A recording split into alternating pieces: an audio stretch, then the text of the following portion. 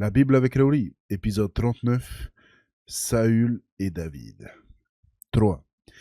Saül et David. Premier livre de Samuel. 1. David à la cour. Onction de David. 16. Yahvé dit à Samuel, jusqu'à quand resteras-tu à pleurer Saül, alors que moi je l'ai rejeté et qu'il n'est plus roi sur Israël? Emplis d'huile ta corne et va. Je t'envoie chez Jessé le Béthlémite, car j'ai vu parmi ses fils le roi que je veux. Samuel dit, comment pourrais-je y aller? Saül l'apprendra et il me tuera. Mais Yahvé reprit, tu prendras avec toi une génisse et tu diras, c'est pour sacrifier à Yahvé que je suis venu.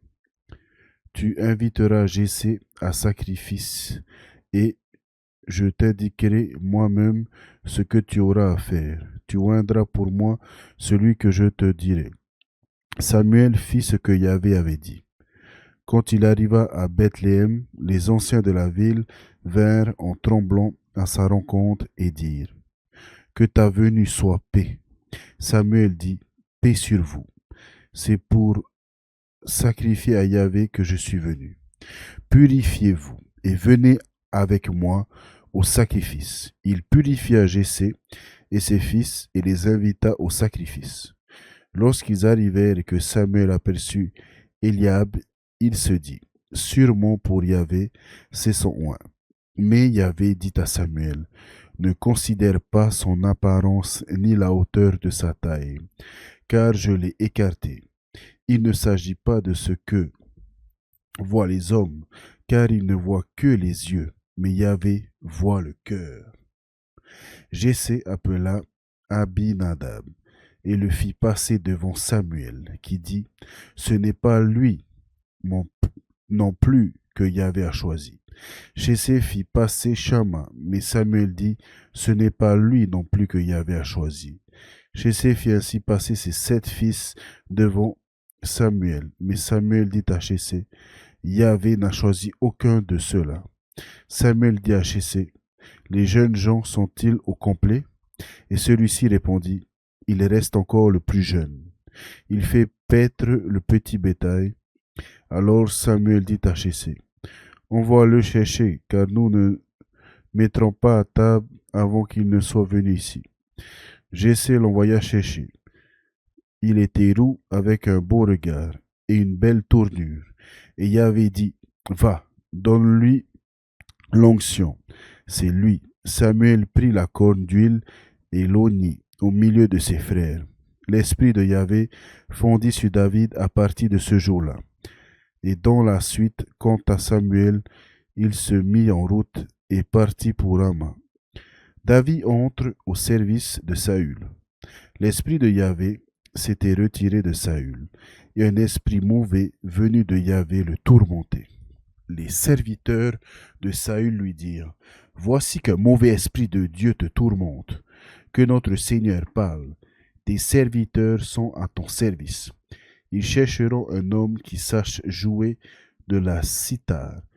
Quand un mauvais esprit de Dieu t'assaillira, il en jouera, et tu iras mieux.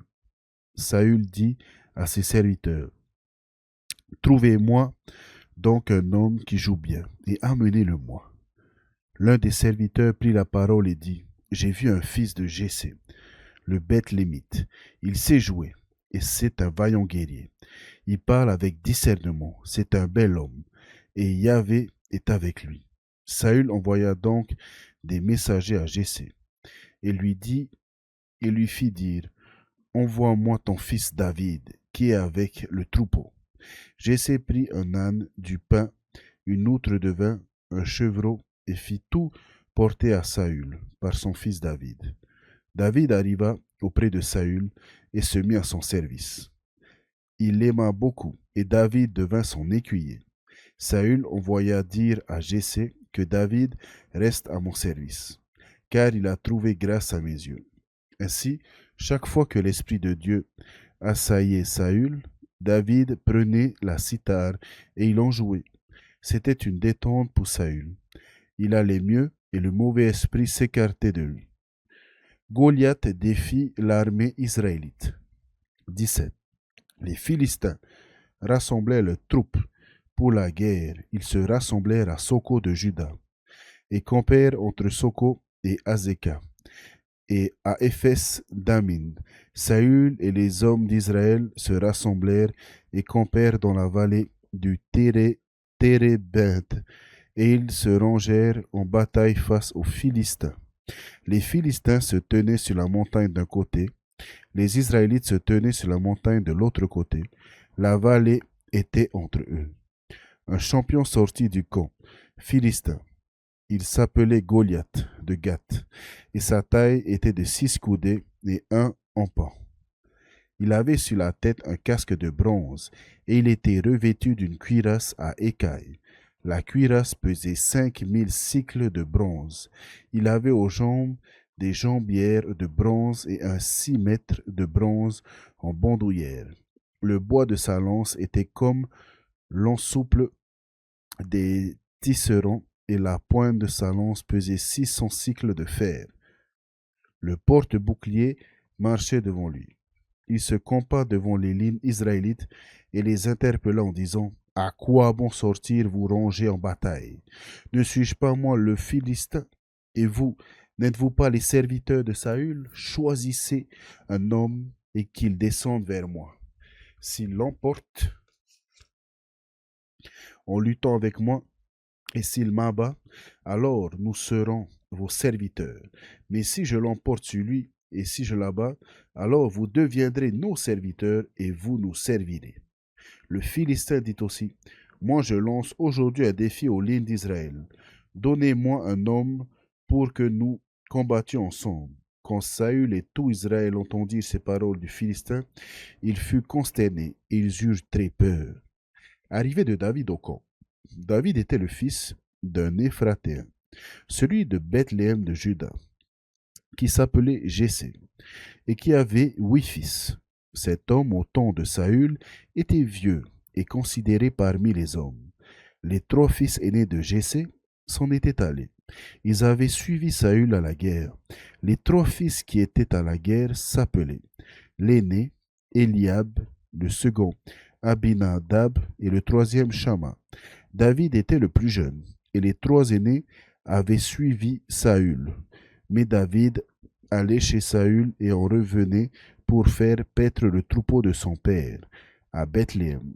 Le Philistin s'avança matin et soir, et il se présenta ainsi pendant 40 jours. Jessé dit à son fils David: Prends donc pour tes frères cette mesure de grains grillés et ces 10 pains, et cours les apporter au camp à tes frères. Quant à ces 10 fromages, tu les apporteras au chef de 1000. Tu te soucieras de la santé de tes frères, et tu recevras d'eux un gage. Ils sont avec Saül et tous les hommes d'Israël dans la vallée de Térébinthe, faisant la guerre aux Philistins. David se leva de bon matin. Il laissa le troupeau à un gardien, prit sa charge et partit comme le lui avait ordonné Jessé. Il arriva au campement au moment où l'armée sortait pour prendre ses positions et poussait le cri de guerre. Israël et les Philistins se rangèrent, ligne contre ligne. David laissa les bagages dont il s'était déchargé entre les mains du gardien des bagages. Il courut aux lignes et demanda à ses frères comment ils allaient. Pendant qu'il leur parlait, le champignon, il s'appelait Goliath. Le champion, il s'appelait Goliath. Le Philistin de Gath montait les lignes philistines. Il redit les mêmes paroles et David les entendit. Dès qu'ils aperçurent cet homme, tous les hommes d'Israël s'enfuirent loin de lui et eurent très peur. Les hommes d'Israël disaient: Avez-vous vu cet homme qui monte? C'est pour lancer un défi à Israël qu'il monte. Celui qui l'abattra, le roi le comblera de richesses. Il lui donna sa fille et il affranchira la maison de son père en Israël. David dit à ceux qui se tenaient près de lui: Qu'est-ce qu'on fera à celui qui abattra ce Philistin et qui écartera la honte d'Israël? Qu'est-ce que ce Philistin incirconcis pour qu'il lance un défi aux troupes du Dieu vivant?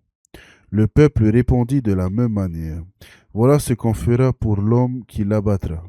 Son frère aîné Eliab l'entendit qui parlait aux hommes, et Eliab se mit en colère contre David et dit, pourquoi donc es-tu descendu? À qui as-tu laissé ton petit troupeau dans le désert?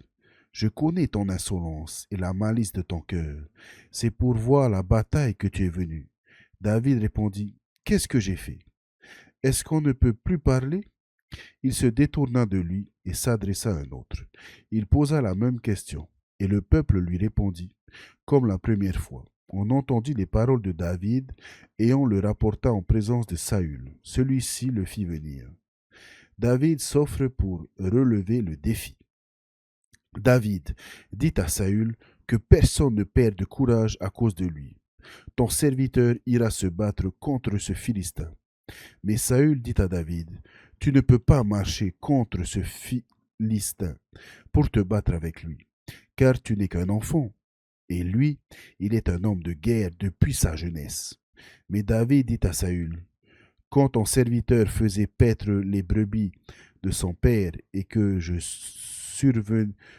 survenait un lion ou un ours qui enlevait une bête du troupeau, je le poursuivais, je le frappais et j'arrachais celle-ci de sa gueule. Et il se dressait contre moi. Je le saisissais par les poils du menton et je frappais à mort. Ton serviteur a battu le lion et l'ours.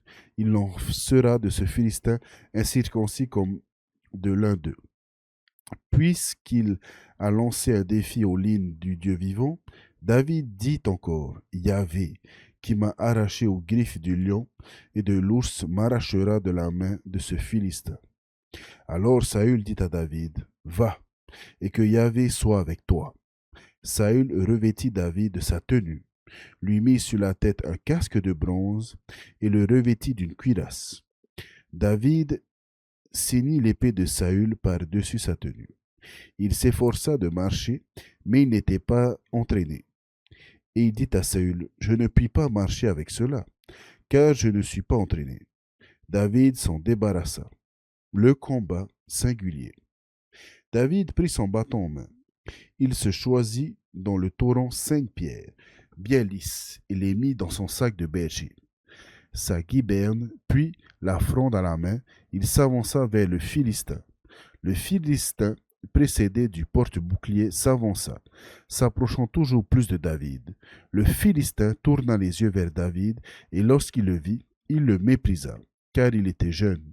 Il était roux, avec une belle apparence. Le Philistin dit à David, suis-je un chien pour que tu viennes contre moi avec des bâtons? Et le Philistin maudit David par ses dieux. Le Philistin dit à David, viens vers moi, que je donne ta chair aux oiseaux du ciel et aux bêtes des champs.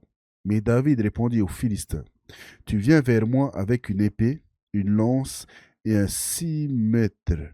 Mais moi je viens vers toi au nom de Yahvé, Sabaoth, le Dieu des lignes d'Israël, à qui tu as lancé un défi.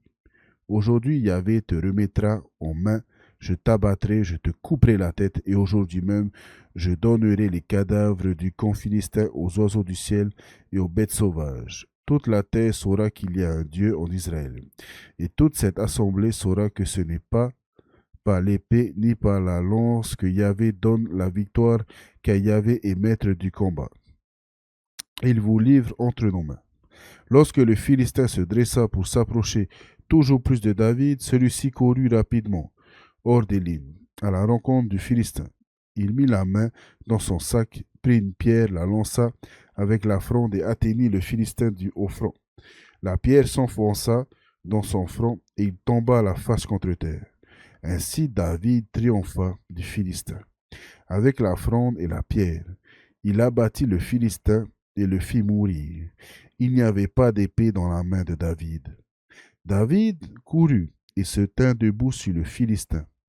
Il prit son épée en la tirant du fourreau, il acheva le Philistin, et avec elle il lui trancha la tête.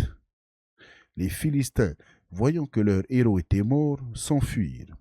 Les hommes d'Israël et de Juda se mirent en mouvement, poussèrent le cri de guerre et poursuivirent les Philistins jusqu'à l'entrée de la vallée et jusqu'aux portes d'Écron. Des Philistins tués gisaient sur la route. Depuis Sharaïm jusqu'à Gath en Écron.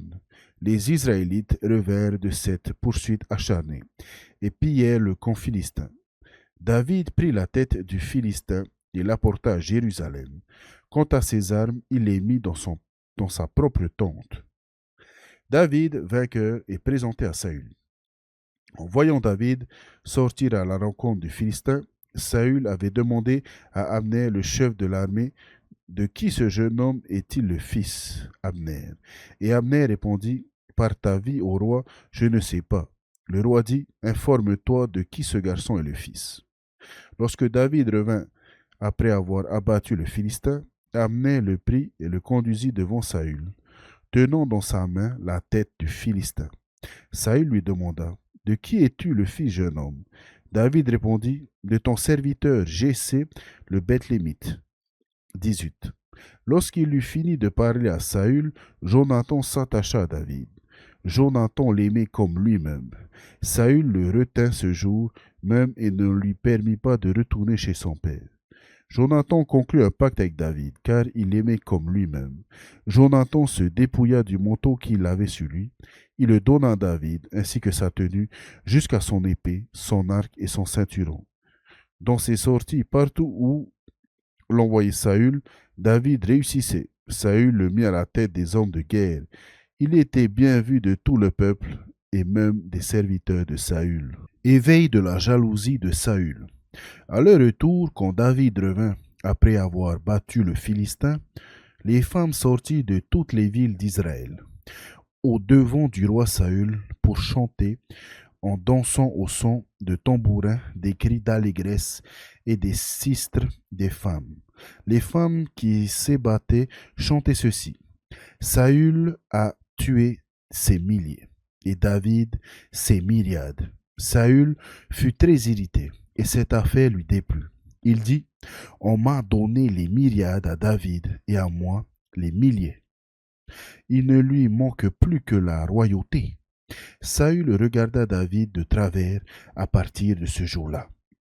Le lendemain, un mauvais esprit de Dieu fondit sur Saül, qui entra en transe au milieu de sa maison.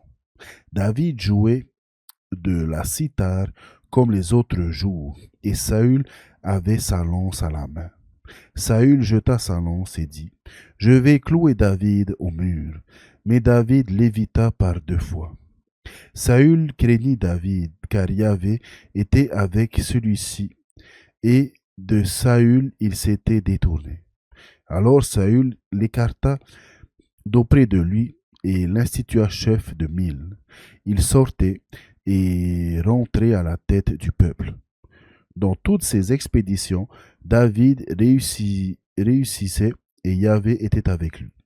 Voyant qu'il réussissait très bien, Saül le craignait. Mais tout en Israël et en Juda aimait David, car il sortait et rentrait à leur tête. Mariage de David. Saül dit à David, « Voici ma fille aînée, Mérab, je vais te la donner pour femme. Sers-moi seulement en brave et combat les guerres de Yahvé. » Saül s'était dit, « Qu'il ne tombe pas sous ma main, mais sous celle des Philistins. » David répondit à Saül, « Que suis-je et quel est mon lignage, la famille de mon père en Israël, pour que je devienne le gendre du roi ?»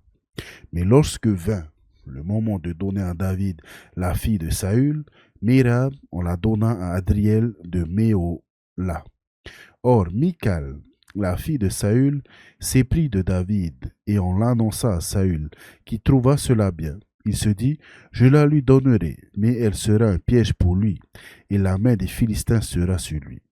Saül dit 2 fois à David, tu seras aujourd'hui mon gendre. Alors Saül donna cet ordre à ses serviteurs. Parlez en secret à David et dites, tu plais au roi, et tous ses serviteurs t'aiment. Deviens donc le gendre du roi. Les serviteurs de Saül répétaient ces paroles aux oreilles de David. Mais David répliqua, est-ce une petite chose à vos yeux de devenir le gendre du roi? Moi, je ne suis qu'un homme pauvre et de basse condition. Les serviteurs de Saül en référèrent à celui-ci. Voilà les paroles que David a dites. Saül répondit, Vous direz ceci à David, le roi ne désire pas un don nuptial, mais 100 prépuces de Philistins pour tirer vengeance des ennemis du roi. Saül comptait faire tomber David aux mains des Philistins. Les serviteurs de Saül rapportèrent ces paroles à David et celui-ci trouva que l'affaire était bonne pour devenir le gendre du roi. Le temps n'était pas écoulé que David se mit en campagne et partit avec ses hommes. Il abattit parmi les Philistins 200 hommes. Il rapporta leurs prépuces et en fit le compte devant le roi pour que David devienne le gendre du roi. Alors Saül lui donna pour femme sa fille, Michal. Saül vit et comprit que Yahvé était avec David et que Michal, la fille de Saül, l'aimait. Alors Saül eut encore plus peur de David.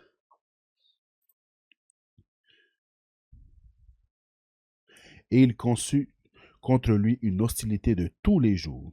Les officiers des Philistins faisaient des sorties. Mais chaque fois qu'il sortait, David réussissait plus que tous les serviteurs de Saül, et son nom devint illustre. Jonathan intercède pour David. 19. Saül parla à son fils Jonathan et à tous ses serviteurs de faire mourir David. Jonathan, fils de Saül, aimait beaucoup David. Jonathan informa David. Mon père, Saül cherche à te faire mourir. Sois donc sur tes gardes. Demain matin, reste à l'abri et dissimule-toi. Moi, je sortirai et je me tiendrai près de mon père, dans le champ où tu seras. Je parlerai de toi à mon père. Je verrai ce qu'il en est et je t'en informerai. Jonathan parla en bien de David à son père, Saül, et lui dit, que le roi ne pêche pas contre son serviteur David, car il n'a pas péché contre toi, et ses actions ont été pour toi bénéfiques. Il a risqué sa vie, il a abattu le Philistin, et Yahvé a accompli une grande victoire pour tout Israël. Tu as vu, et tu t'es réjoui. Pourquoi pécherais-tu avec le sang d'un innocent en faisant mourir David sans raison? Saül écouta la voix de Jonathan, et Saül fit ce serment. Par la vie de Yahvé, il ne mourra pas. Alors Jonathan appela David et lui rapporta toutes ces paroles. Puis il le conduisit à Saül et David fut à son service comme auparavant. 2. Fuite de David. Attentat de Saül contre David.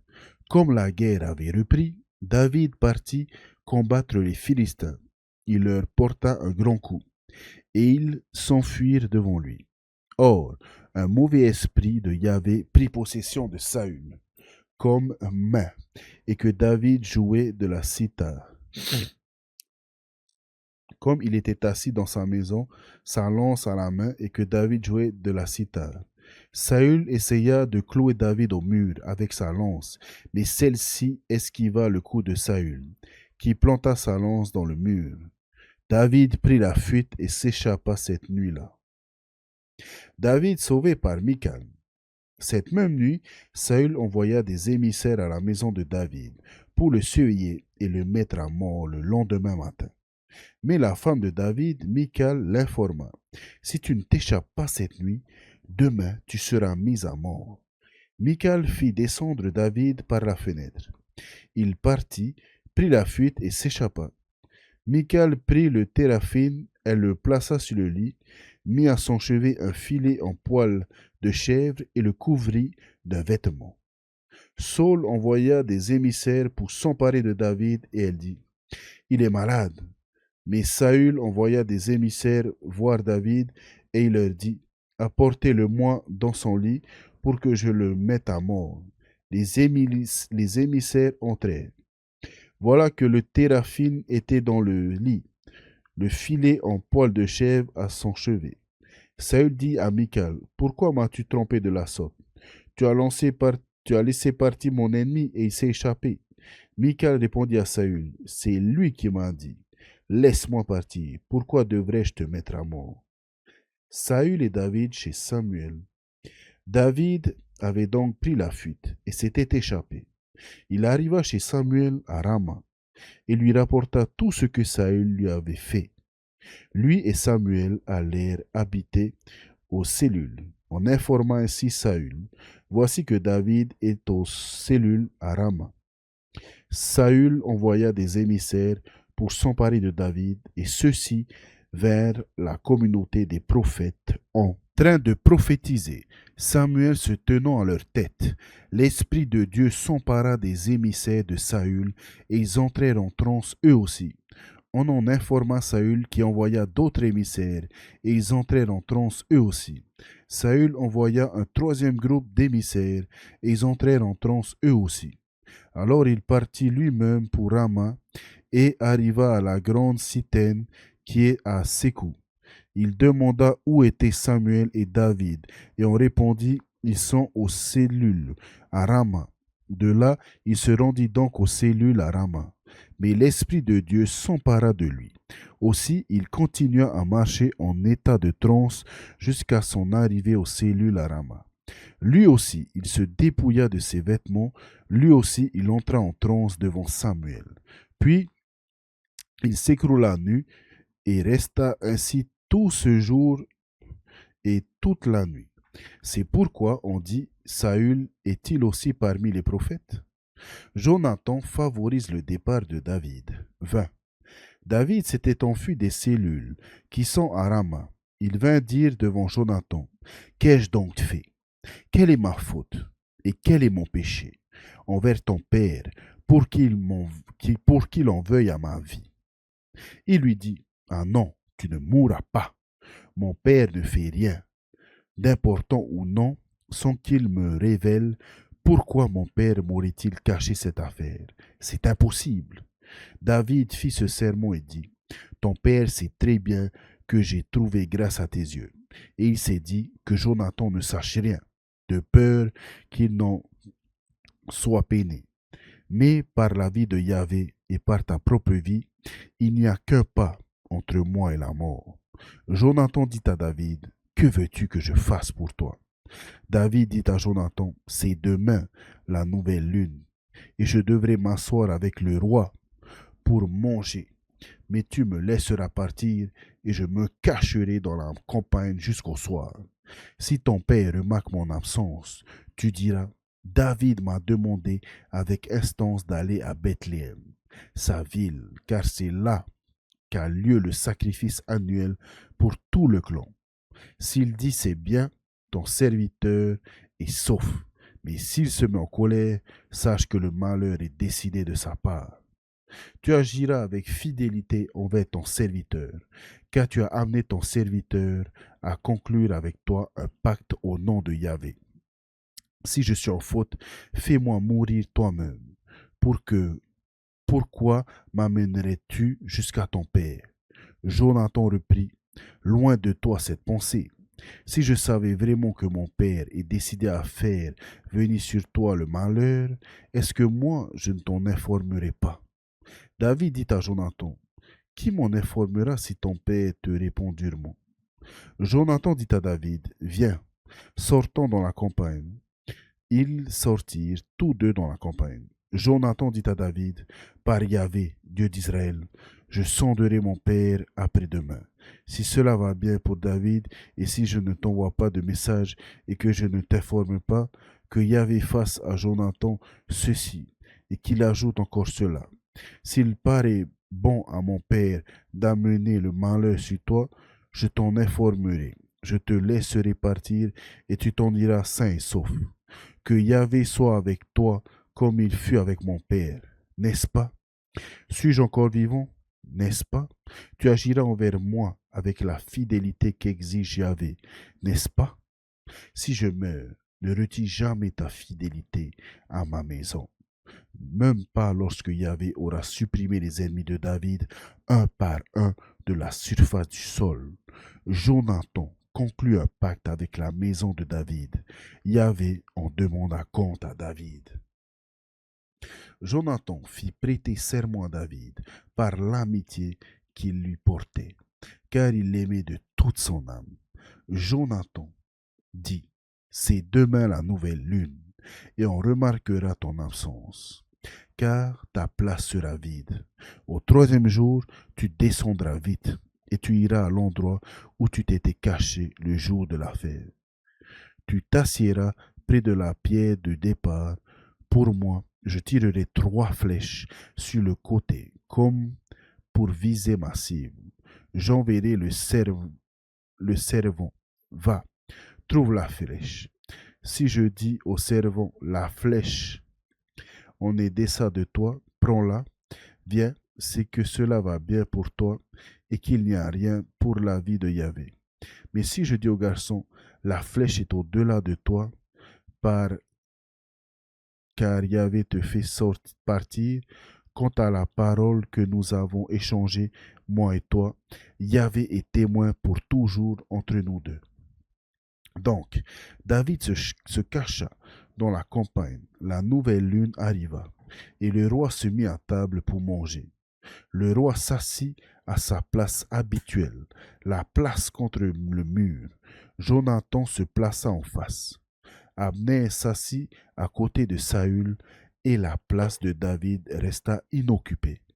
Cependant, Saül ne dit rien ce jour-là, car il se disait, c'est un accident. Il n'est pas pur, certainement il n'est pas pur. Le lendemain de la nouvelle lune, le second jour, la place de David resta inoccupée. Et Saül dit à son fils Jonathan, pourquoi le fils de Jessé n'est-il pas venu au repas, ni hier, ni aujourd'hui? Jonathan répondit à Saül, David m'a demandé avec instance d'aller à Bethléem. Il m'a dit, laisse-moi partir, je te prie, car nous avons un sacrifice de clan à la ville, et mon frère m'en a donné l'ordre. Maintenant donc, si j'ai trouvé grâce à tes yeux, laisse-moi m'échapper, que j'aille voir mes frères. Voilà pourquoi il n'est pas venu à la table du roi. Saül s'enflamma de colère contre Jonathan, et il ne lui dit, fils d'une dévoyée, ne sais-je pas que tu prends parti pour le fils de Jessé? À ta honte, à ta honte, à ta honte, et à la honte de la nudité de ta mère. Aussi longtemps que le fils de Jessé vivra sur la terre, tu n'affirmeras pas ta royauté. Maintenant, fais-le chercher et amène-le-moi, car il est passible de mort. Jonathan répondit à son père et lui dit, pourquoi serait-il mis à mort? Qu'a-t-il fait? Saül brandit sa lance contre lui pour le frapper. Et Jonathan sut que la mort de David était chose décidée de la part de son père. Jonathan se leva de table très en colère, et il ne mangea rien en ce second jour de la nouvelle lune, car il était peiné au sujet de David, parce que son père l'avait insulté. Le lendemain matin, Jonathan sortit dans la campagne pour le rendez-vous avec David. Il était accompagné d'un jeune servant. Il dit à son servant, « Cours et trouve les flèches que je vais tirer. » Le servant courut, et Jonathan tira la flèche de manière à le dépasser. Quand le servant arriva vers l'emplacement de la flèche tirée par Jonathan, celui-ci lui cria, « Est-ce que la flèche n'est pas au-delà de toi? » Jonathan cria encore au servant, « Vite, dépêche-toi, ne t'arrête pas. » Le servant de Jonathan ramassa la flèche et revint vers son maître. Le servant ne savait rien. Seul Jonathan et David savaient de quoi il s'agissait. Jonathan remit les armes à son servant et lui dit, « Va, et porte cela à la ville. » Le servant rentra. David se leva du côté du tertre. Il tomba la face contre terre et se prosterna 3 fois. Puis, ils s'embrassèrent l'un l'autre et ils pleurèrent ensemble abondamment. Jonathan dit à David, « Va en paix, puisque nous avons prêté serment tous les deux au nom de Yahvé, que Yahvé soit entre moi et toi, entre ma descendance et ta descendance à jamais. » 21. David se leva et partit, et Jonathan rentra en ville. L'arrêt à Nob. David arriva à Nob, chez le prêtre Ahimelech. Celui-ci vint en tremblant au devant de David et lui demanda, « Pourquoi es-tu seul? » n'y a-t-il personne avec toi? David dit au prêtre Ahimelech, le roi m'a donné un ordre et m'a dit que personne ne sache de la mission pour laquelle je t'envoie et que je t'ai commandé. Quant aux jeunes gens, je leur ai donné rendez-vous à tel endroit. Maintenant, si tu as sous la main 5 pains, donne-les-moi, ou ce qui se trouvera. Le prêtre répondit à David, je n'ai pas de pain ordinaire sous la main. Il n'y a que du pain consacré, pourvu que les jeunes gens se soient gardés de rapport avec les femmes. David répondit au prêtre, bien sûr, les femmes nous ont été interdites comme toujours, quand je pars en campagne, et les choses des hommes sont en état de sainteté. C'est un voyage profane, mais vraiment aujourd'hui, ils sont en état de sainteté quant à la chose. Alors le prêtre lui donna ce qui avait été consacré, car il n'y avait pas d'autre pain que les pains d'oblation, ceux qu'on retire de devant Yahvé pour les remplacer par du pain chaud, le jour où on les reprend. Or, ce jour même se trouvait là un des serviteurs de Saül, retenu devant Yahvé. Il se nommait Doeg, l'Édomite, et il était le chef des bergers de Saül. David dit à Ahimelech, n'y a-t-il pas ici sous ta main une lance ou une épée? Je n'ai pris avec moi ni mon épée ni mes armes, tant l'affaire du roi était urgente. Le prêtre répondit, l'épée de Goliath, le Philistin, que tu as battu dans la vallée de Térébinthe est là, enveloppée dans un manteau derrière l'éphod. Si tu veux la prendre, prends-la. Il n'y en a pas d'autre ici. David répondit, elle n'a pas sa pareille. Donne-la-moi. David chez Akish. David se leva et s'enfuit ce jour-là, loin de Saül, et il arriva chez Akish, roi de Gath. Mais les serviteurs d'Akish dirent à celui-ci, n'est-ce pas là David, le roi du pays? N'est-ce pas pour celui-là qu'on chantait dans les danses? Saül a tué ses milliers et David ses myriades. David réfléchit sur ces paroles et il eut très peur d'Akish, roi de Gath. Alors il fit l'insensé sous leurs yeux et il divagua entre les mains. Il traçait des signes sur les bâtons de la porte et laissait sa salive couler sur sa barbe. Akish dit à ses serviteurs, vous voyez bien que c'est un fou. Pourquoi me l'amenez-vous? Est-ce que je manque de fou que vous m'ameniez celui-ci pour faire le fou auprès de moi? Va-t-il entrer dans ma maison? 3. David, chef de bande. David commence sa vie errante. 22. David partit de là et se réfugia dans la grotte d'Adulam. Ses frères et toute sa famille l'apprirent et descendirent l'y rejoindre. Tous les gens en détresse, tous ceux qui avaient des créanciers, tous les mécontents se rassemblèrent autour de lui, et il devint leur chef. Il y avait avec lui environ 400 hommes. De là, David se rendit à Mikpé de Moab, et dit au roi de Moab, « Permets que mon père et ma mère émigrent chez vous, jusqu'à ce que je sache ce que Dieu fera pour moi. » Il les amena chez le roi de Moab, et ils demeurent avec celui-ci tout le temps que David fut dans le refuge. Le prophète Gad dit à David, « Ne reste pas dans le refuge, va-t'en et rentre dans le pays de Juda. » David partit et se rendit dans la forêt de Héré. Massacre des prêtres de Nob. Saül apprit qu'on était renseigné sur David et les hommes qui l'accompagnaient. Saül était assis à Gibéa, sous le tamari, qui était sur la hauteur, sa lance à la main. Et tous ses serviteurs étaient debout auprès de lui.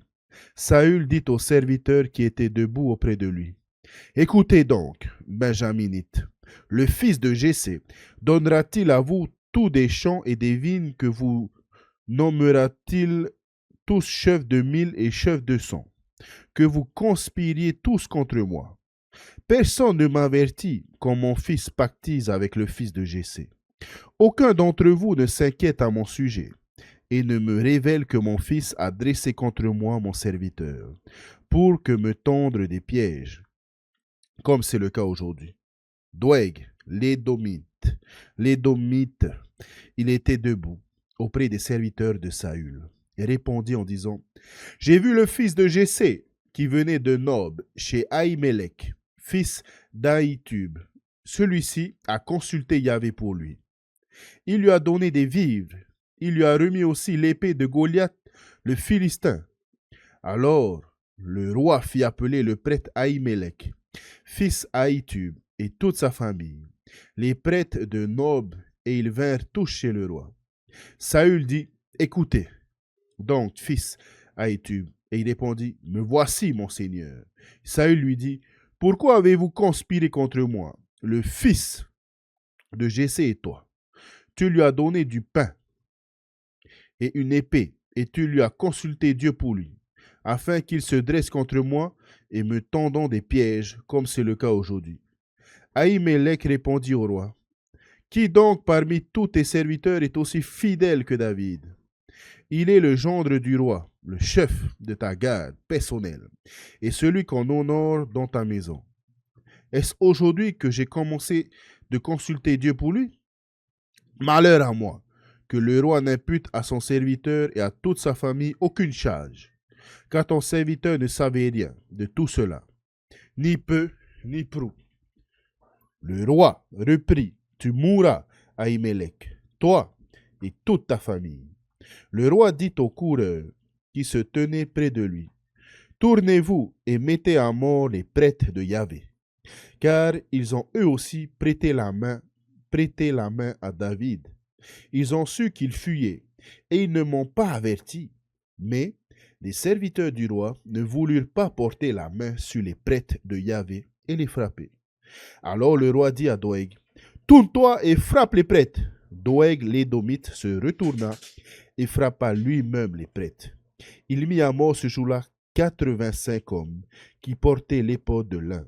Quant à Nob, la ville des prêtres, Saül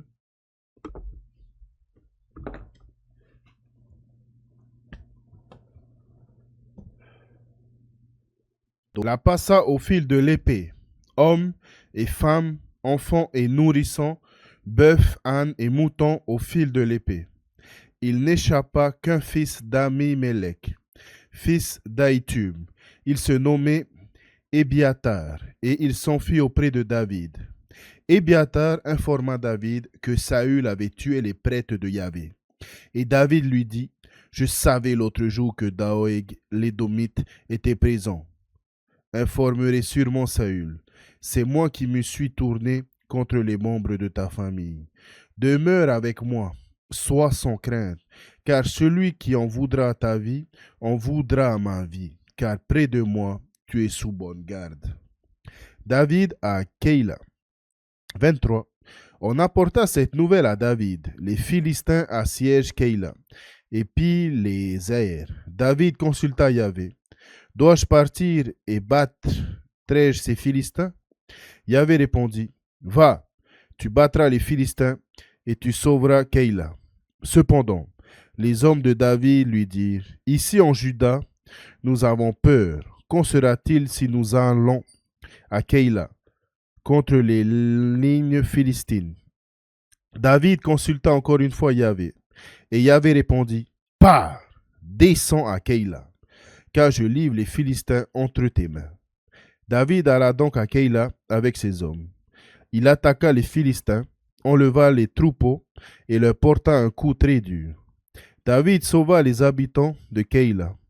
Lorsque Ébiatar, fils d'Ahimelech, s'était enfui auprès de David, il avait emporté à Keïla l'éphod. Avec lui, on informa Saül que David était entré à Keïla. Saül dit, Dieu l'a livré en ma main, car il s'est pris au piège en entrant dans une ville à porte et à verrou. Saül appela tout le peuple au combat pour descendre à Keïla, puis bloqua David et ses hommes. David sut que c'était contre lui que Saül projetait une mauvaise action. Il dit au prêtre Ébiatar, apporte l'éphod.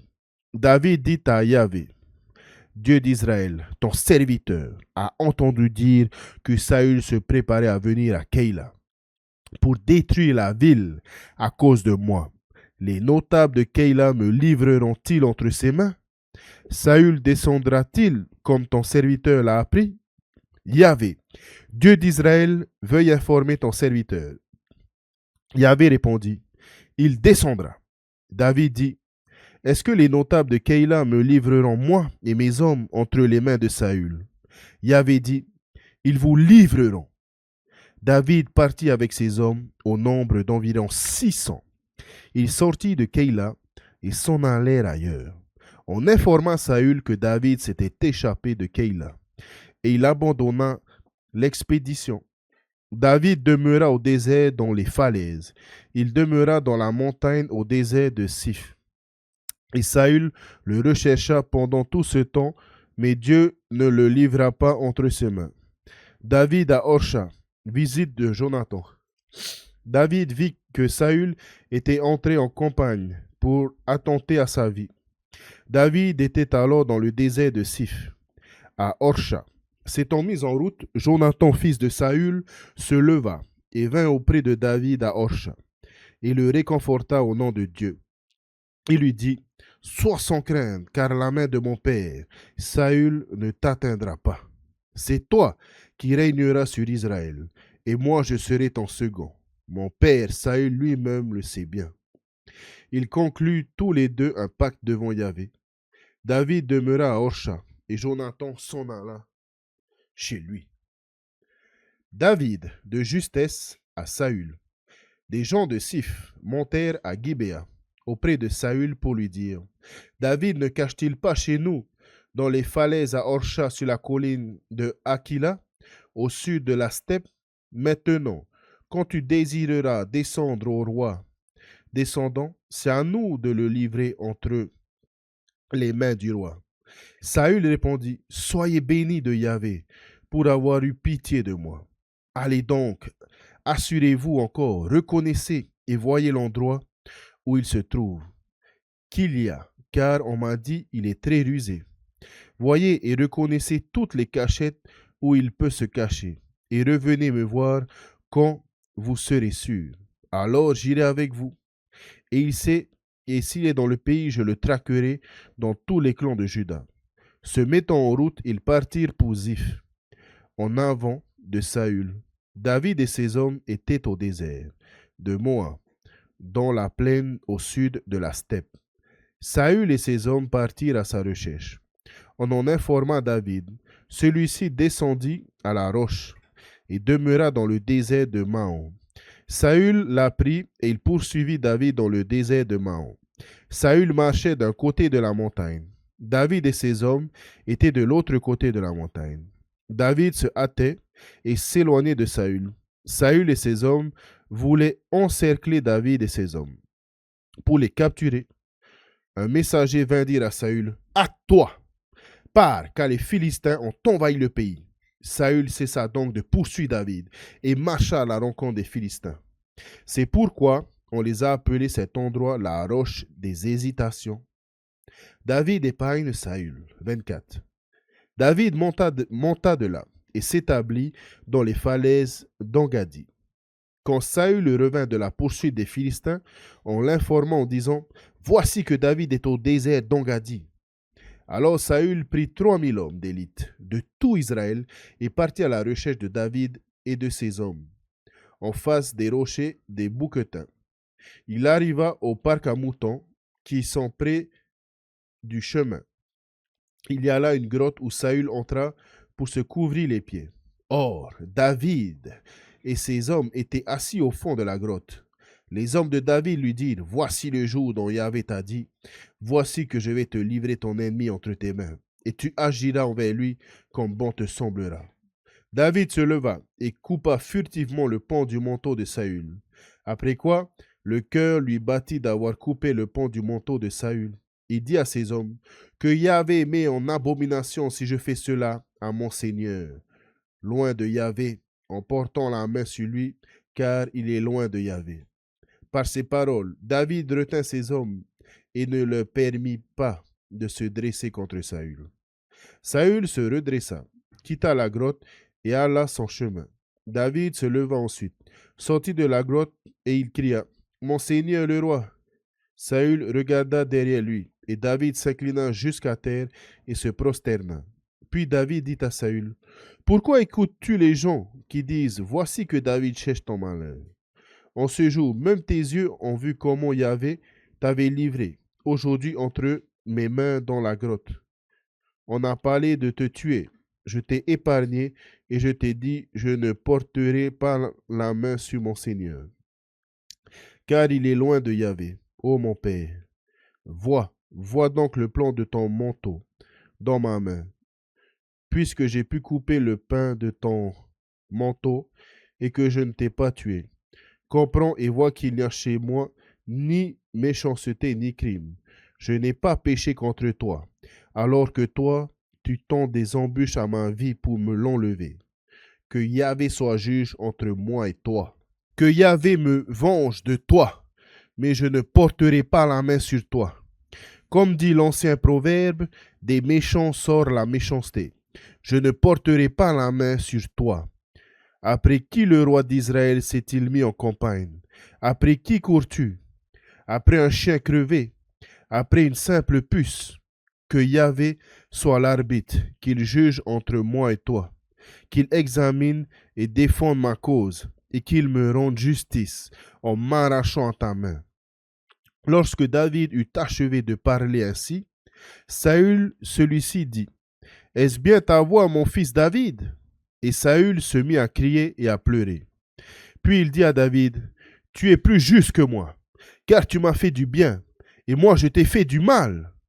Aujourd'hui, tu as révélé ta bonté pour moi. Puisque Yahvé m'avait livré entre tes mains, et que tu ne m'as pas tué, quand un homme rencontre son ennemi, le laisse-t-il aller bonnement son chemin?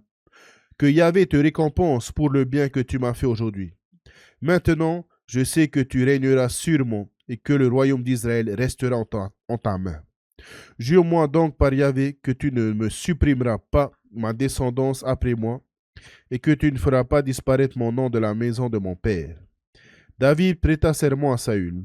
Celui-ci s'en alla chez lui, tandis que David et ses gens remontèrent au refuge. Mort de Samuel, histoire de Nabal et d'Abigaïl. 25. Samuel mourut. Tout Israël s'assembla et fit son deuil. On l'ensevelit chez lui à Rama. David se leva et descendit au désert de Paran. Il y avait à Maon un homme qui avait ses affaires à Carmel. C'était un homme très riche. Il avait 1000 moutons et 1000 chèvres.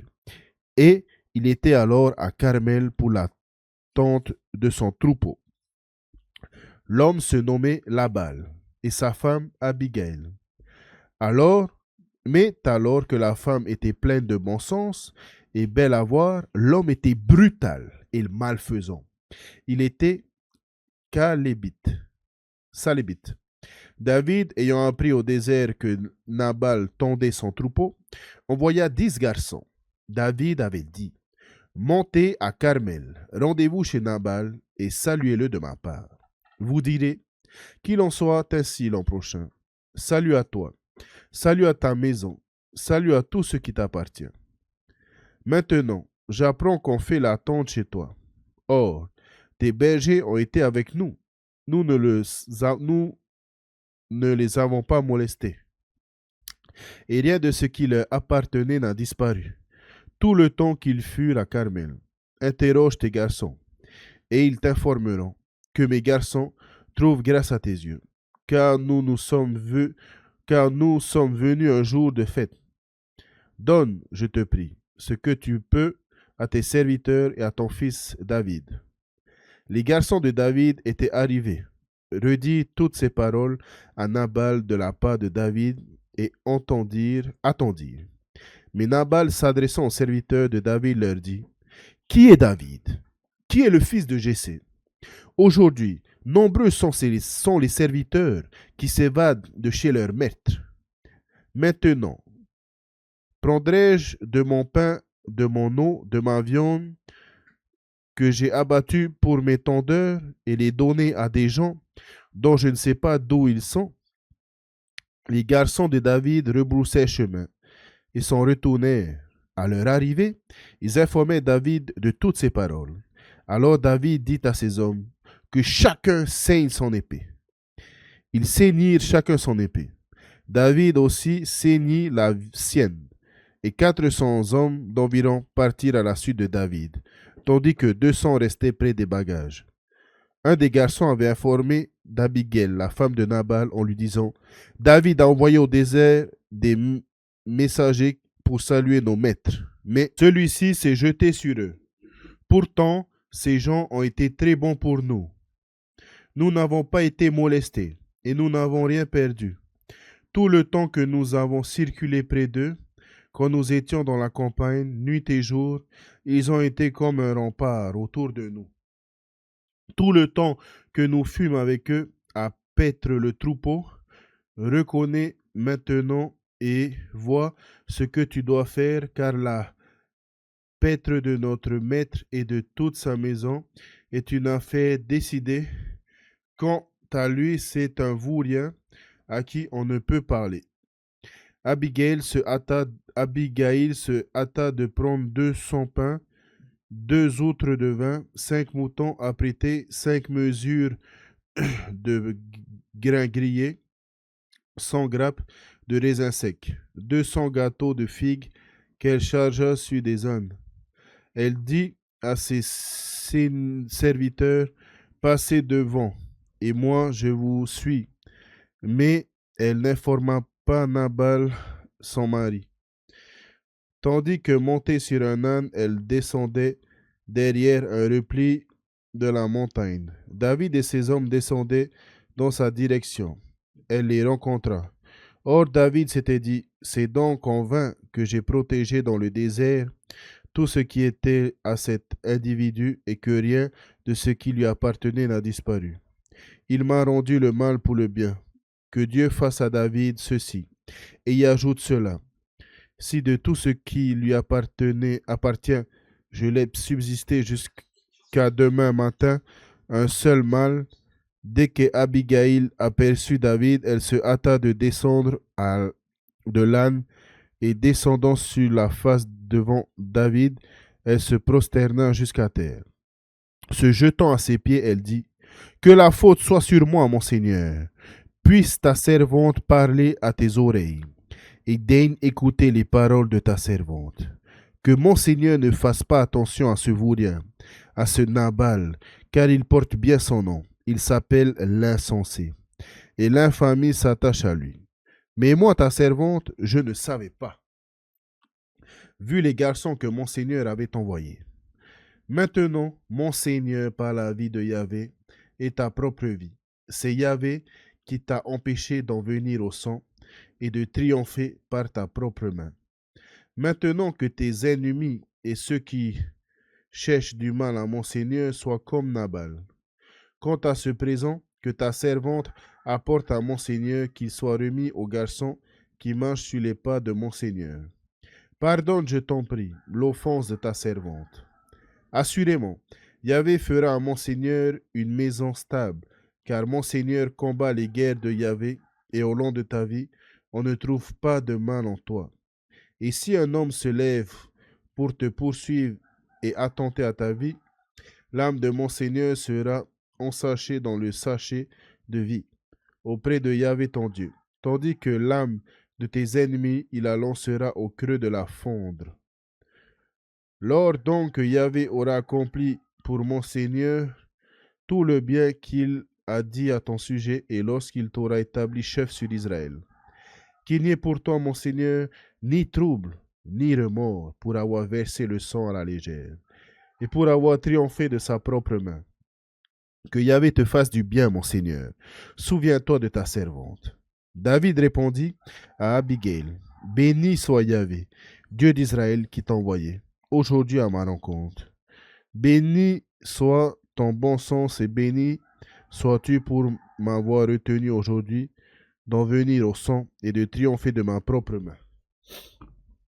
Mais par la vie de Yahvé, Dieu d'Israël, qui m'a empêché de te faire du mal, si tu n'étais pas venu aussi vite à ma rencontre, et si il ne serait resté à Nabal d'ici l'aurore aucun mal. David reçut ce qu'elle lui avait apporté et lui dit: Remonte en paix chez toi. Vois, j'ai écouté ta voix et je t'ai fait grâce. Quand Abigail arrivera chez Nabal, il festoyait dans sa maison. Un festin de roi. Nabal était en joie et complètement ivre. Elle ne l'informa de rien jusqu'à l'aurore. Le matin, quand Nabal eut cuvé son vin, sa femme lui raconta cette affaire.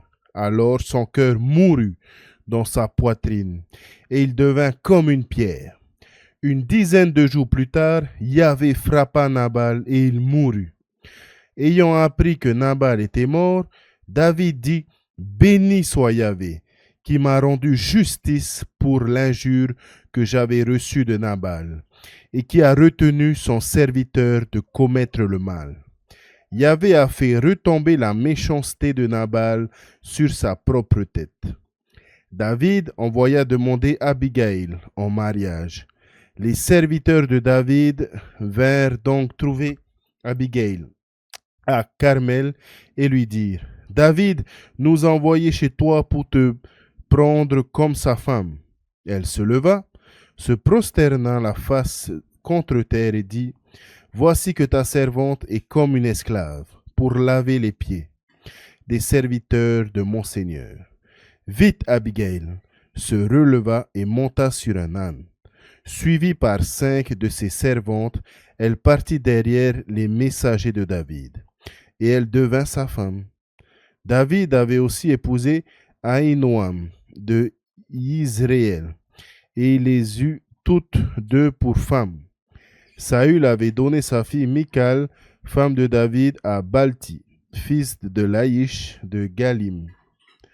David épargne Saül. 26.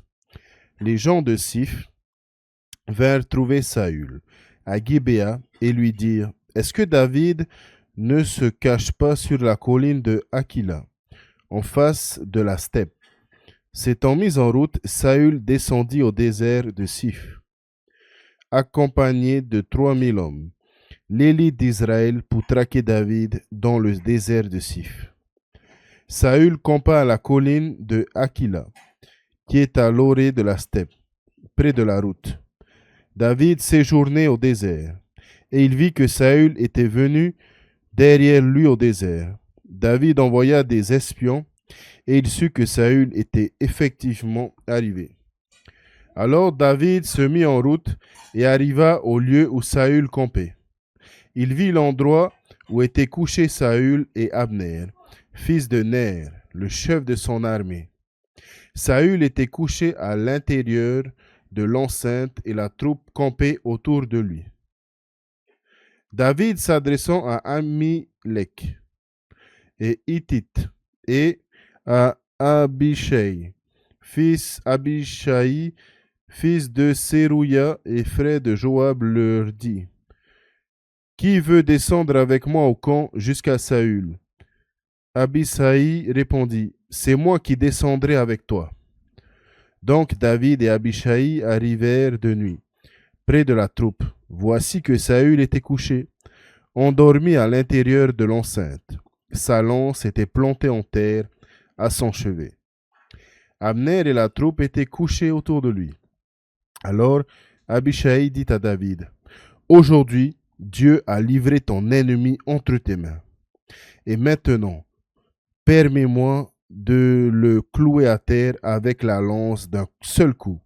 Je n'aurai pas à lui en donner un second. David dit à Abishai, ne le fais pas périr. En effet, qui pourrait porter la main sur loin de Yahvé et rester impuni? David, par la vie de Yahvé, c'est Yahvé qui le frappera. Soit que son jour arrive et qu'il meure, soit qu'il descende au combat et qu'il périsse.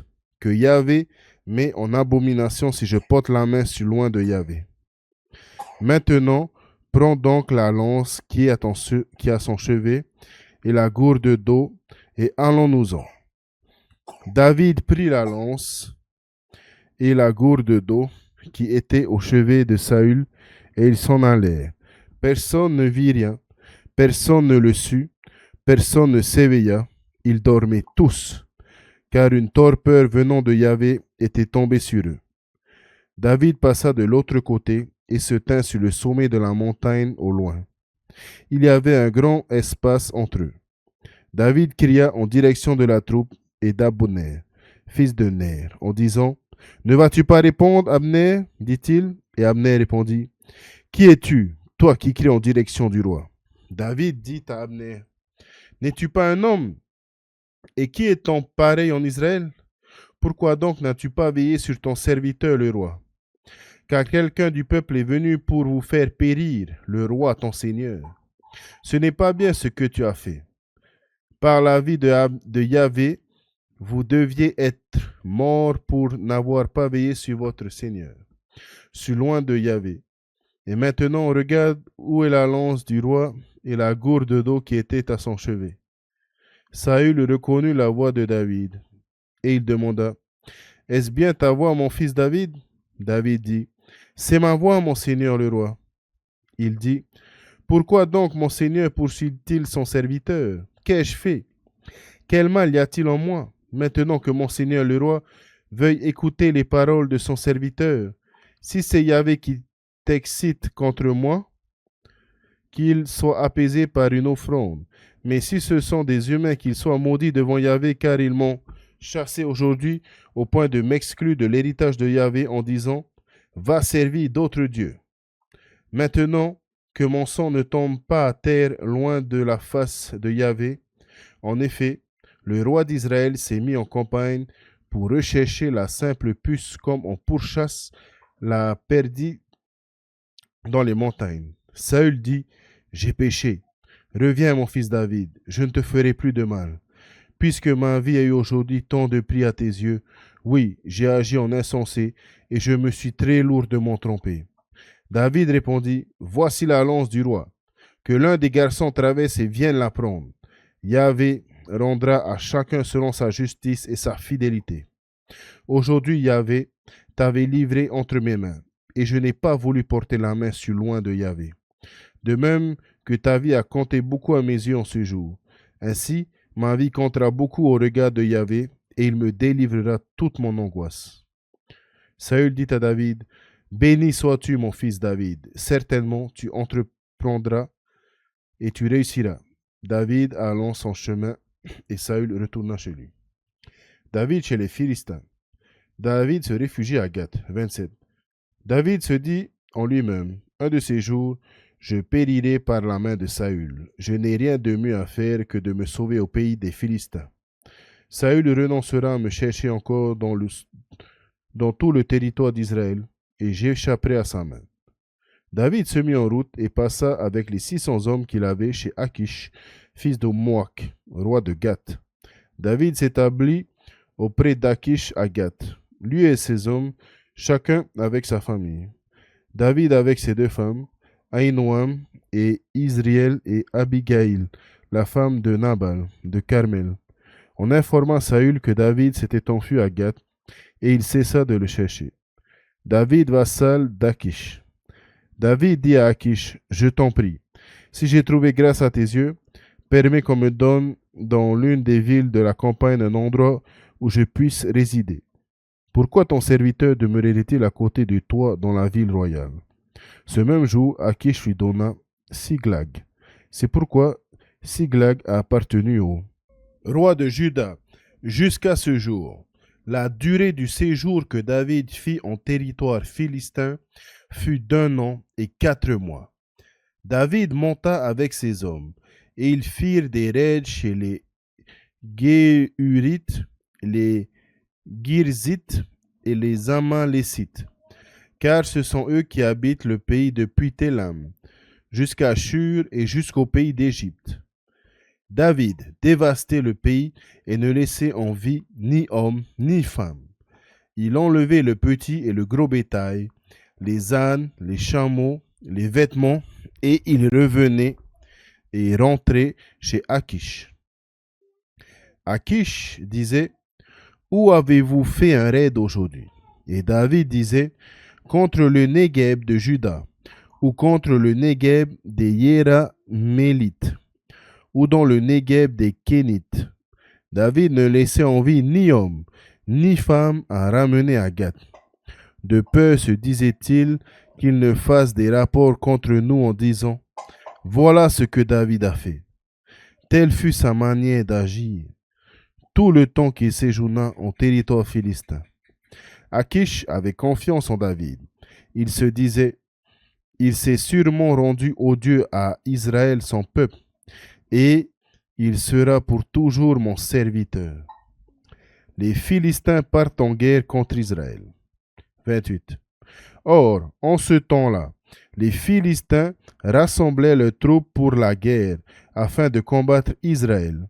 Et Akish dit à David, sache bien que tu iras à l'armée avec moi, toi et tes hommes. David dit à Akish, eh bien, tu sauras toi-même ce que fera ton serviteur. Alors Akish dit à David, eh bien, je t'instituerai pour toujours mon garde du corps. Saül et la sorcière d'Endor. Samuel était mort. Tout Israël avait fait son deuil, et on l'avait enseveli à Rama dans sa ville. Saül avait expulsé du pays les nécromants et les devins. Les Philistins se rassemblèrent et vinrent camper à Shunem. Saül rassembla tout Israël, et ils campèrent à Gelboé. Lorsque Saül vit le camp philistin, il eut peur et son cœur trembla fort. Saül consulta Yahvé, mais Yahvé ne lui répondit pas, ni par songe, ni par les sorts, ni par les prophètes. Saül dit alors à ses serviteurs, cherchez-moi une femme qui pratique la divination, pour que j'aille chez elle la consulter. Ses serviteurs lui répondirent, il y a une femme qui pratique la divination à Endor. Saül se déguisa et endossa d'autres vêtements, puis il partit avec 2 hommes, et ils arrivaient de nuit chez la femme.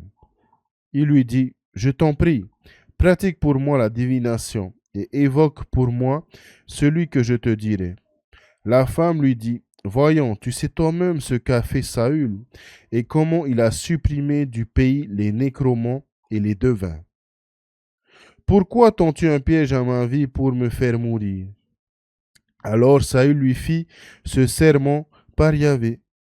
Par la vie de Yahvé, tu n'encourras aucun blâme pour cette affaire.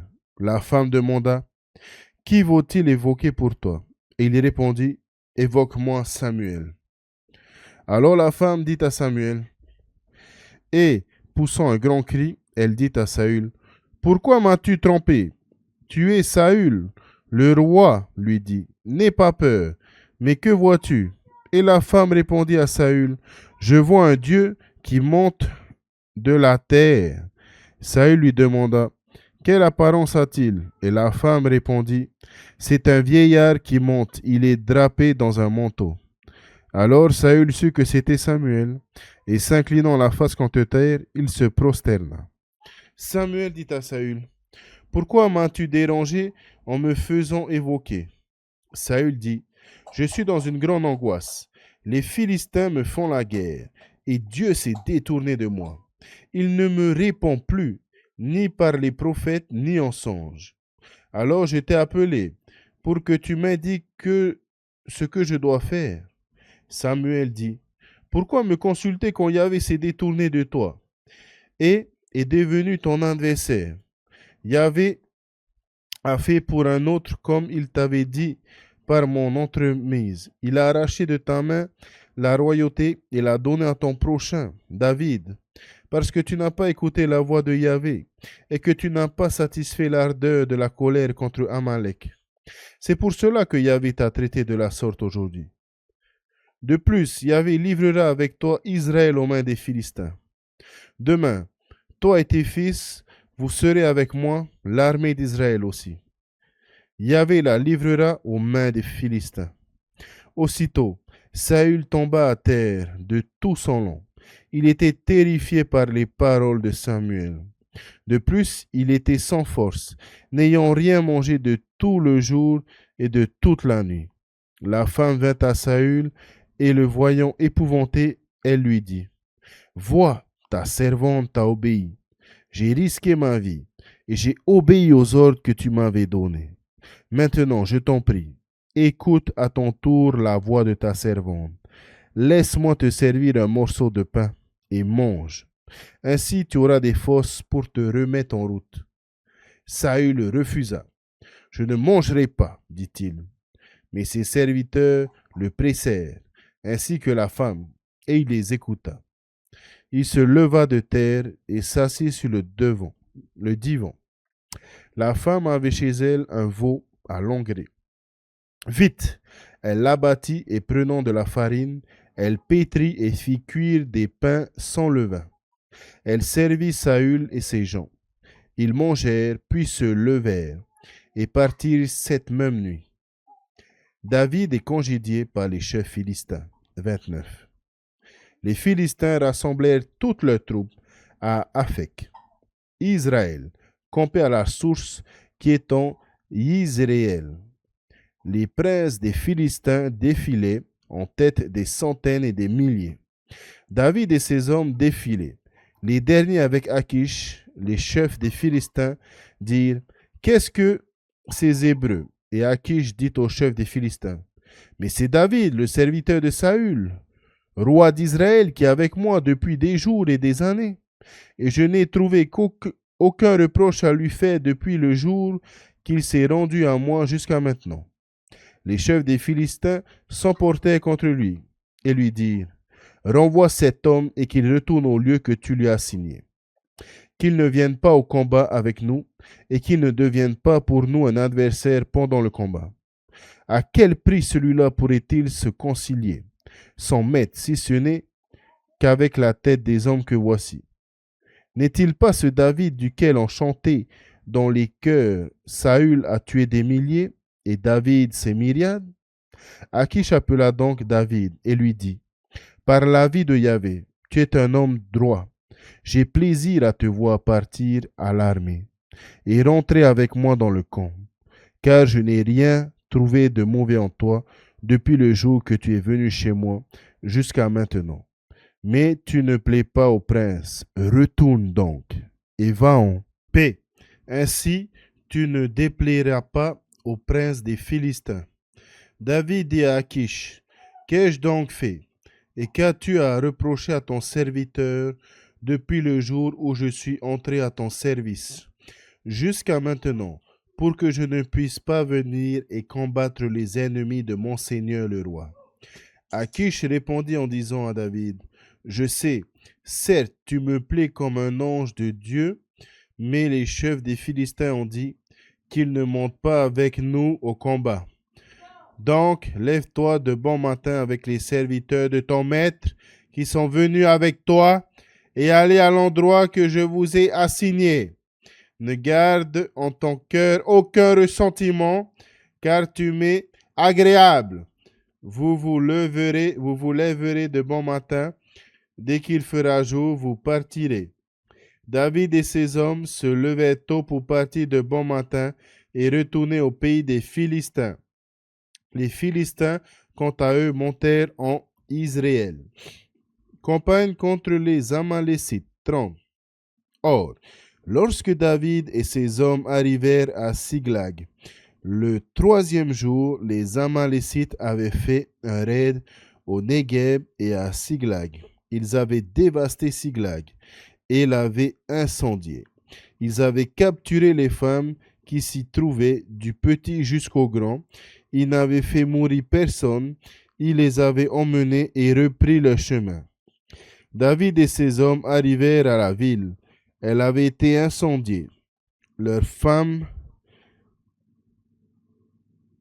leurs fils et leurs filles avaient été capturés. David et la troupe qui était avec lui firent entendre des cris et pleurèrent jusqu'à ce qu'ils n'eussent plus la force de pleurer. Les 2 femmes de David avaient été capturées, Aniouam de Israël et Abigail, la femme de Nabal de Carmel. David était en grande détresse, car la troupe parlait de le lapider. En effet, toute la troupe était pleine d'amertume, chacun à cause de ses fils et de ses filles. Mais David reprit courage en Yahvé, son Dieu.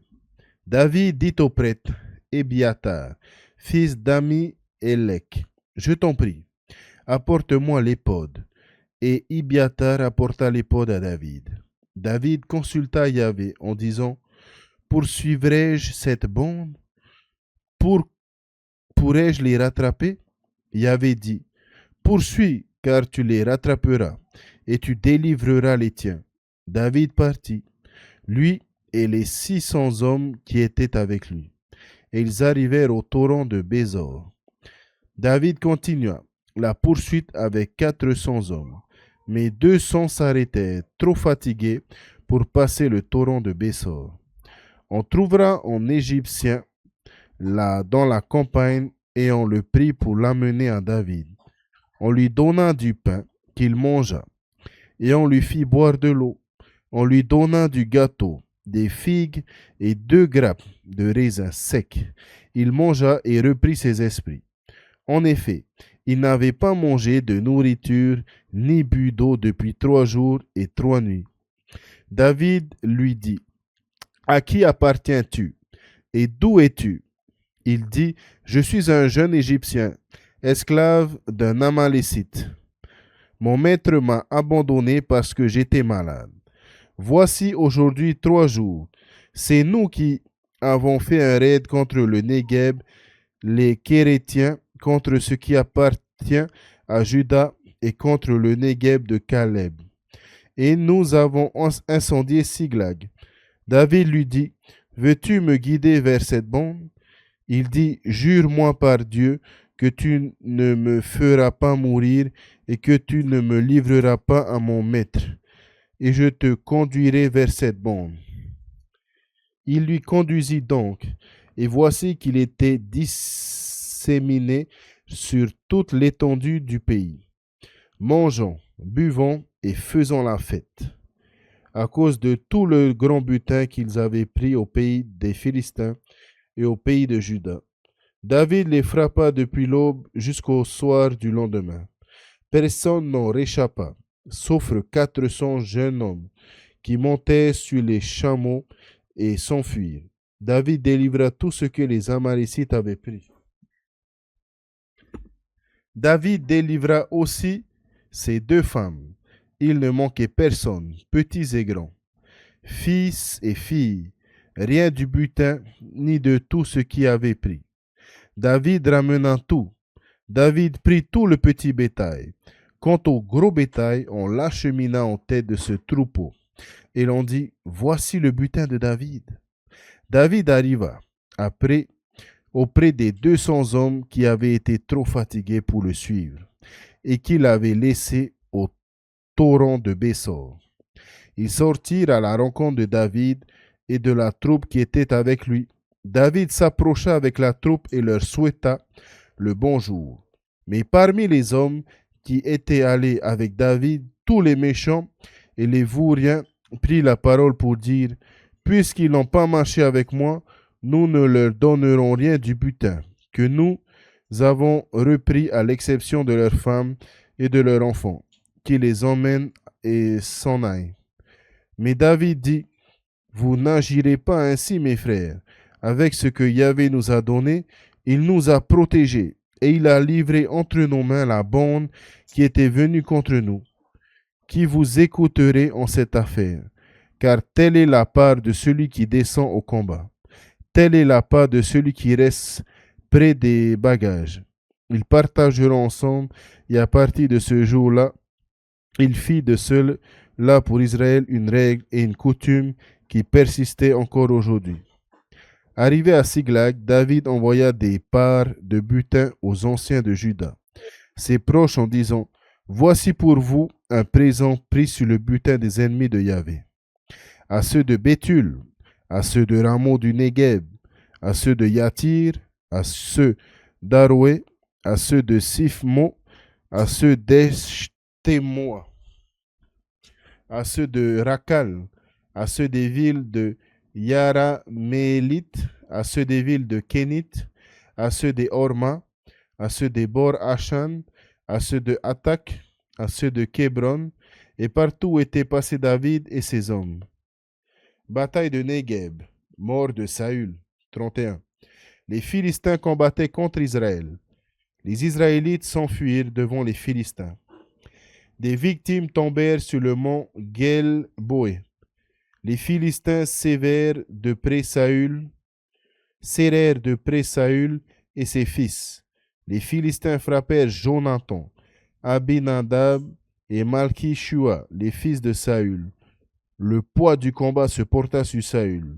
Les tireurs, hommes armés d'un arc, le découvrirent et il trembla fort à la vue des tireurs. Alors Saül dit à son écuyer, « Tire ton épée et transperce-moi de peur que ces incirconcis ne viennent et se jouent de moi. » Mais son écuyer ne voulut pas, car il avait très peur. Alors Saül prit son épée et se jeta sur elle. Voyant que Saül était mort, l'écuyer se jeta lui aussi sur son épée et mourut avec lui. Saül mourut, ainsi que ses 3 fils, son écuyer et aussi tous ses hommes. Ce jour-là, tous ensemble. Lorsque les Israélites qui étaient de l'autre côté de la vallée et ceux qui étaient de l'autre côté du Jourdain virent que les Israélites avaient fui et que Saül et ses fils étaient morts, ils abandonnèrent les villes et s'enfuirent. Les Philistins arrivèrent et s'y installèrent. Le lendemain, les Philistins vinrent pour dépouiller les victimes. Ils trouvèrent Saül et ses 3 fils gisant sur le mont Gelboï. Ils lui tranchèrent la tête et le dépouillèrent de ses armes. Ils les envoyèrent à la ronde dans le pays des Philistins pour annoncer la nouvelle dans leur temple et au peuple. Ils déposaient ses armes dans le temple d'Astarté. Quant à son corps, ils l'attachèrent au rempart de Beth-Shan. Lorsque les habitants de Yabesh de Galaad apprirent ce que les Philistins avaient fait à Saül, tous les braves se mirent en route et après avoir marché toute la nuit, ils enlevèrent du rempart de Beth-Shan les corps de Saül et de ses fils revenus de Yabesh, et ils les brûlèrent. Puis ils prirent leurs ossements, les ensevelis sous le tamari de Yabesh et jeûnèrent pendant 7 jours. Deuxième livre de Samuel. David apprend la mort de Saül. 1. Après la mort de Saül, David, revenant de battre les Amalécites, demeura 2 jours à Siglag. Le 3e jour, un homme arriva du camp d'auprès de Saül. Il avait les vêtements déchirés et la tête couverte de terre. En arrivant près de David, il se jeta à terre et se prosterna. David lui dit, « D'où viens-tu » Il lui dit, « Je me suis échappé du camp d'Israël. » David demanda, « Que s'est-il passé » ? « Informe-moi donc. » L'autre dit, « Ce que le peuple s'est enfui de la bataille et parmi le peuple, beaucoup sont tombés et sont morts. Même Saül et son fils Jonathan sont morts. » David demanda au jeune porteur de nouvelles, « Comment sais-tu que Saül et son fils Jonathan sont morts ?» Le jeune porteur de nouvelles répondit, « Je me trouvais par hasard sur le mont Gelboé, et je vis Saül s'appuyant sur sa lance et serré de près par les chars et les cavaliers.